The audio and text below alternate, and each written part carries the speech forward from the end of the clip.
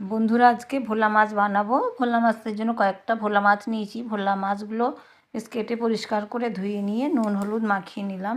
নুন হলুদ ভালো করে মাখিয়ে নেওয়ার পরে মাছগুলো ভেজে নিচ্ছি। মাছগুলো এবার ভেজে নেওয়ার পরে বেশ একটু উল্টে পাল্টে দুটো সাইড একটু ভালো করে ভেজে নিলাম কড়া করে। ভাজা হয়ে যাওয়ার পরে ওই তেলে একটু পাঁচ ফোড়ন দিয়ে দিলাম। ফোড়ন ভাজা হয়ে যাওয়ার পরেই দিয়ে দিলাম পেঁয়াজ কুচোনো। এবার পেঁয়াজটা একটু ভেজে নিচ্ছি।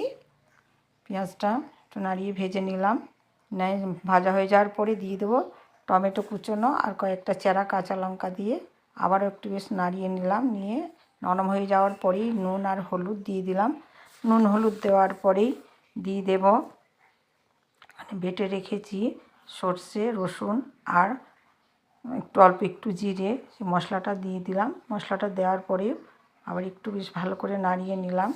দেখো নাড়িয়ে নিলাম, মশলাটা হয়ে গেছে মনে হচ্ছে, খুব বেশি নাড়াবো না। এবার জল দিয়ে দিচ্ছি। জল দিয়ে দেওয়ার পরেই জল ফুটে গেলেই মাছগুলো দিয়ে দিলাম। মাছগুলো দিয়ে আবার একটু ভালো করে ঝোলের সাথে মিশিয়ে নিলাম। মিশিয়ে ঢাকা দিয়ে দিয়েছিলাম অল্প।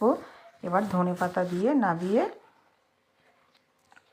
ওপর থেকে ধনেপাতাটা দিয়ে দিলাম। তারপর নাবিয়ে পরিবেশন করে নিচ্ছি।